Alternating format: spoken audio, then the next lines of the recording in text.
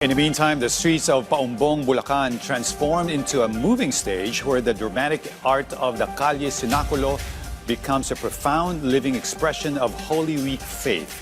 Sheila Natividad takes us to the scene and how faith and art look when combined.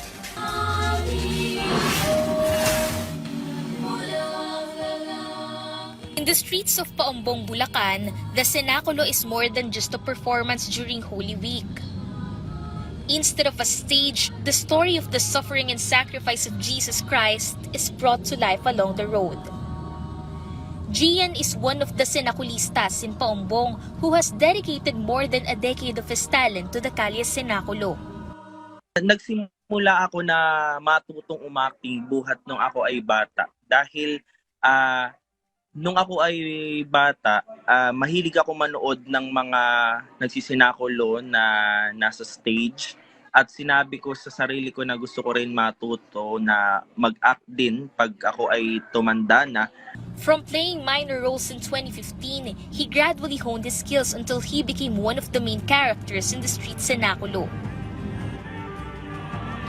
The Cenaculo is a Catholic tradition that depicts the life, suffering, and death of Jesus Christ, usually performed during Holy Week.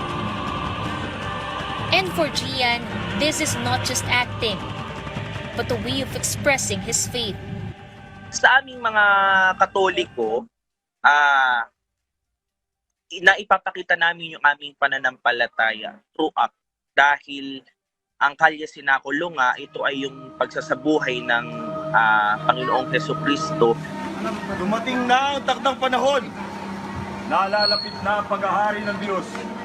Sa tulong ng pananampalataya namin, nagagawa namin yung aming best na ipapakita namin yung pananampalataya namin sa Panginoon na sa tulong ng aming pamamanata sa Calle Sinaculo.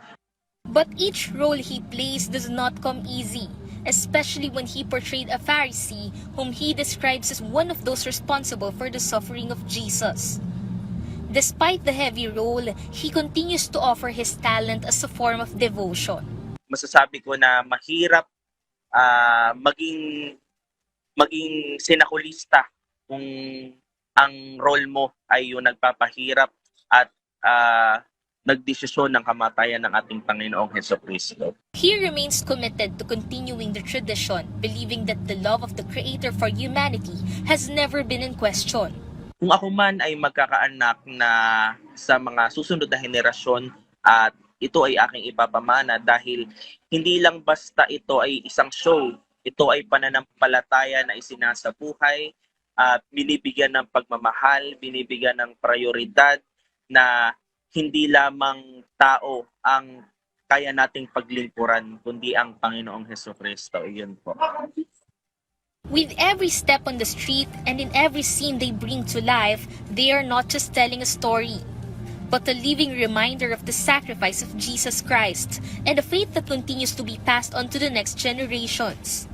And this does not end with the closing of a curtain, because in the streets, the Word of God continues to live on. Sheila Natividad from the National TV Network for a New and Better Philippines.